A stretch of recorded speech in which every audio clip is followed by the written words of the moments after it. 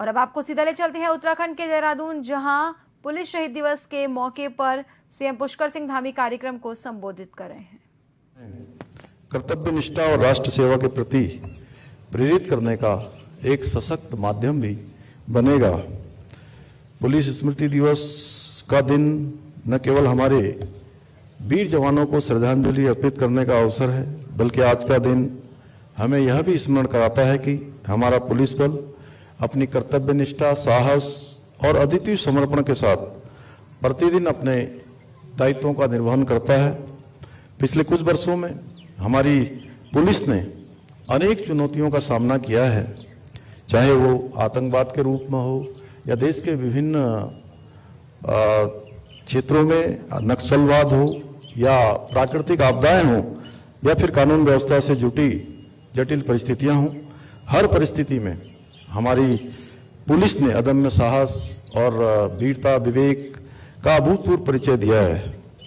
साथियों, हमारे राज्य की अंतर्राष्ट्रीय दो सीमाएं नेपाल और चीन से मिलती हैं, वहीं अंतर्राज्यीय हिमालय और उत्तर प्रदेश से भी जुड़ी हुई है। इसलिए हमारा प्रदेश भौगोलिक और सामरिक दृष्टिकोण से राष्ट्र की सुरक्षा के लिए अत्यंत संवेदनशील और महत्वपूर्ण राज्य है। ऐसे में हमारे राज्य में शांति और सुरक्षा को बनाए रखने में हमारे पुलिस कर्मियों की भूमिका और भी महत्वपूर्ण हो जाती है। मेरा मानना है कि किसी भी राज्य की पुलिस व्यवस्था उस राज्य की सुरक्षा और समृद्धि का एक अभिन्न स्तंभ है।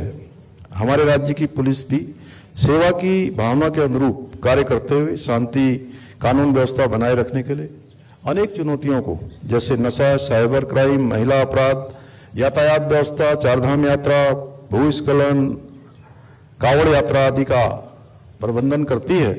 इस वर्ष भी जैसा अभी बताया गया 4 करोड़ और 40 लाख से अधिक श्रद्धालुओं का आगमन हमारे चारों धामों में हुआ है।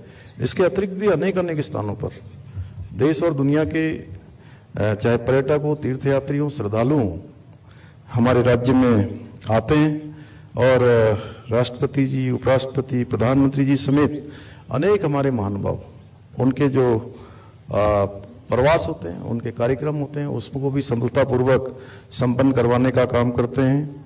अभी वैश्विक शिखर सम्मेलन हो चाक, उसमें भी पुलिस ने अपना योगदान दिया और भी अनेक अवसरों पर पुलिस हर एक उस अवसर पर जहां उसकी ज़रूरत होती है वहां पर पहुंचती है। उसके लिए मैं उनकी बहुत प्रशंसा भी करता हूं। हमारा राज्य लगातार प्रत्येक वर्ष प्राकृतिक आपदाओं का सामना हमको करना पड़ता है, लेकिन हर बार पुलिस ने अपने साहस से, त्वरित कार्रवाई से इन चुनौतियों का डटकर मुकाबला करते हुए बहुत सारे लोगों की जान बचाने का भी काम किया है।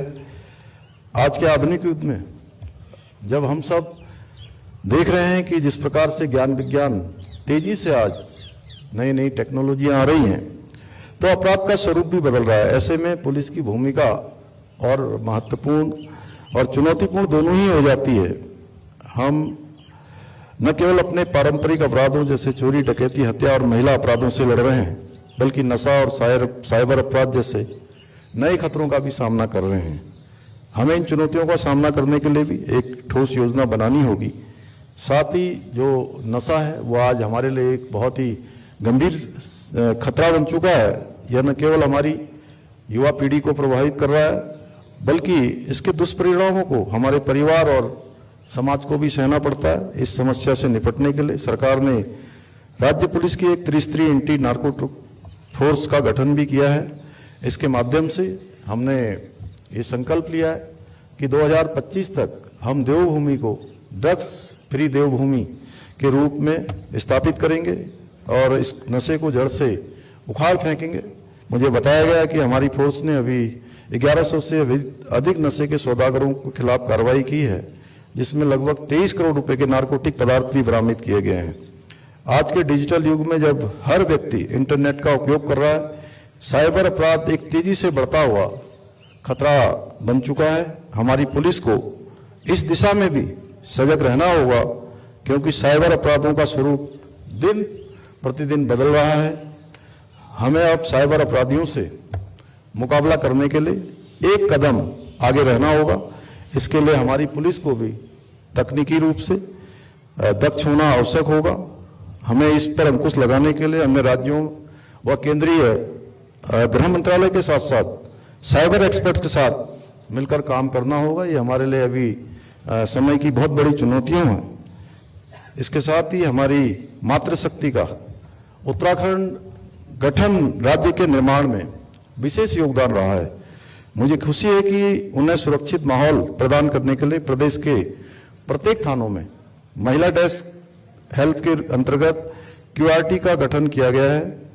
साथ ही मुझे यह भी बताया गया है कि पुलिस द्वारा बच्चों और महिलाओं के खिलाफ हुए अपराधों में 95% से अधिक मामलों का सफलतापूर्वक खुलासा करते हुए 50% से अधिक अभियुक्तों के खिलाफ सख्त कार्रवाई की है। इसके लिए उत्तराखंड पुलिस निश्चित रूप से प्रशंसा की पात्र है। साथियों, हमारी सरकार राज्य की पुलिस व्यवस्था को और अधिक सक्षम और संसाधन युक्त बनाने के लिए निरंतर कार्य कर रही है। हमने पुलिस कर्मियों के लिए आधुनिक उपकरणों की व्यवस्था की है और उनकी सुरक्षा के लिए भी कई कदम उठाए हैं। पुलिस के जवानों के परिवार के कल्याण के लिए भी कई योजनाएं प्रारंभ की गई हैं ताकि हमारे पुलिसकर्मी अपने कर्तव्यों का पालन बिना किसी चिंता के कर सकें। हमारी सरकार द्वारा पुलिसकर्मियों के आवासीय स्तर को सुधारने के लिए 150 करोड़ रुपए से की अधिक से लागत से 380 आवासों का अभी तक निर्माण कार्य किया जा चुका है। साथ ही हमारी सरकार द्वारा पुलिस कर्मियों को कार्यकुशलता बढ़ाने के लिए वित्तीय वर्ष 2023 और 24 में 42 करोड़ की लागत से 5 पुलिस थानों, 2 पुलिस चौकियों, 2 फायर स्टेशनों और 3 पुलिस लाइनों के प्रशासनिक भवनों का निर्माण कार्य कराया जा रहा है। इसके अतिरिक्त हमने 2024-25 में वित्तीय वर्ष में 58 करोड़ रुपए की धनराशि का प्रावधान भी किया है, जिसका उपयोग विभिन्न अनावासीय भवनों के निर्माण के लिए किया जाएगा। पुलिस एक फर्स्ट रिस्पॉन्डर के रूप में 24 घंटे काम करती है और पुलिस के रिस्पांस टाइम को बेहतर बनाने में वाहनों की महत्वपूर्ण भूमिका होती है। इसी को ध्यान में रखते हुए पहली बार 1105 पुलिस वाहनों की खरीद की मंजूरी भी दी है, जिसके अंतर्गत 19 करोड़ रुपए की लागत से 223 वाहनों का क्रय अभी तक किया जा चुका है। हमने PSC और IRB के जवानों के आवागमन को सुगम बनाने के लिए ट्रकों के स्थान पर 73 बसों का क्रय किया है। साथियों, हमारी सरकार द्वारा पुलिस कर्मियों के कल्याण के लिए पुलिस सैलरी पैकेज में भी 75 लाख से 1 करोड़ रुपए तक का दुर्घटना बीमा प्रदान किया जा रहा है, जिसके अंतर्गत अब तक 15 करोड़ से अधिक की राशि दिवंगत पुलिस कर्मियों के परिजनों को प्रदान की जा चुकी है। इतना ही नहीं, हम पुलिस कर्मियों के वेतन, भत्ते, चिकित्सा प्रतिपूर्ति और अवकाश से संबंधित सभी प्रक्रियाओं को ऑनलाइन कर दिया गया है, जिससे उन्हें सुविधाओं का लाभ समय पर और सुगमता से मिल सके। आपदा राहत कार्यों को और अधिक प्रभावी बनाने के लिए सरकार ने SDRF की एक नई कंपनी की स्वीकृति भी प्रदान की है, जिसके तहत 162 नए पदों का सृजन किया गया है। साथ ही हमने जवानों और अधिकारियों की कमी को दूर करने के लिए 6 थानों और 21 पुलिस चौकियों के सुचारू संचालन हेतु 327 पदों की स्वीकृतियां प्रदान की हैं। इसके साथ ही PPS के ढांचे में 11 नए पदों का भी सृजन किया गया है। इससे न केवल उत्तराखंड पुलिस परिवार का विस्तार होगा, बल्कि पुलिस कर्मियों को पदोन्नति के बेहतर अवसर भी मिलेंगे। राज्य के युवाओं के लिए रोजगार के नए अवसर भी सर्जित होंगे। इस दिशा में सरकार ने उप निरीक्षकों के 222 पदों पर भर्ती प्रक्रिया प्रारंभ की है। साथ ही 2000 सिपाहियों की भर्ती की प्रक्रिया भी प्रक्रियाधीन है। इसके अतिरिक्त हमने राज्य में प्रतिभाशाली खिलाड़ियों को प्रोत्साहित करने के लिए उत्तराखंड खेल नीति के तहत कुशल खिलाड़ियों के लिए पुलिस विभाग में विशेष कोटे के माध्यम से भर्तियों का प्रावधान भी किया है। साथियों, हमारी सरकार पुलिस परिवार के भलाई के लिए, उनके कल्याण के लिए पूरी तरह से प्रतिबद्ध है।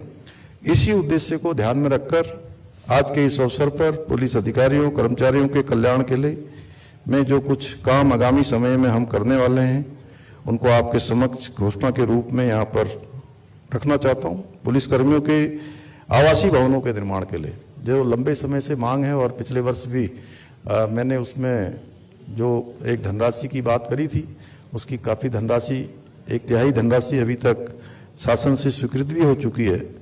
आवासीय भवनों के निर्माण के लिए आगामी वित्तीय वर्ष में 100 करोड़ रुपए की राशि आवंटित की जाएगी। उत्तराखंड पुलिस विभाग में कार्यरत अधिकारियों और कर्मचारियों के पौष्टिक आहार भत्ते में 100 रुपए की वृद्धि की जाएगी। उत्तराखंड पुलिस विभाग में कार्यरत निरीक्षकों और सहायक उप निरीक्षकों के वर्दी भत्ते में भी 3,500 रुपए की वृद्धि की जाएगी। 9,000 फीट से अधिक ऊंचाई पर तैनात पुलिस और एसडीआरएफ कर्मियों के लिए उच्च तुंगता भत्ता 200 रुपए प्रतिदिन से बढ़ाकर 300 रुपए प्रतिदिन किया जाएगा। मैं इस अवसर पर अपने पुलिस के उच्चाधिकारियों से ये अपील करता हूं कि हमें पुलिस कर्मियों के लिए मानसिक स्वास्थ्य और तनाव प्रबंधन के जो कार्यक्रम हैं वह भी समय समय पर आयोजित करने चाहिए। कई बार पुलिस कर्मियों को कठिन परिस्थितियों में काम करना पड़ता है, उनका सामना करना पड़ता है, जिससे उनका मानसिक स्वास्थ्य प्रभावित होता है। इसलिए उन्हें सही संसाधन और समर्थन प्रदान करना, उनका प्रोत्साहन करना हम सभी का कर्तव्य है। अंत में मैं पुनः सभी हमारे बलिदान हुए पुलिसकर्मियों को, जवानों को विनम्र श्रद्धांजलि अर्पित करता हूं। आइए हम सब मिलकर उनके आदर्शों और सपनों को साकार करने का संकल्प लें और एक ऐसा समाज बनाएं जहां हर व्यक्ति सुरक्षित और खुशहाल जीवन जी सके। धन्यवाद। जय हिंद, जय भारत, जय उत्तराखंड। धन्यवाद महोदय।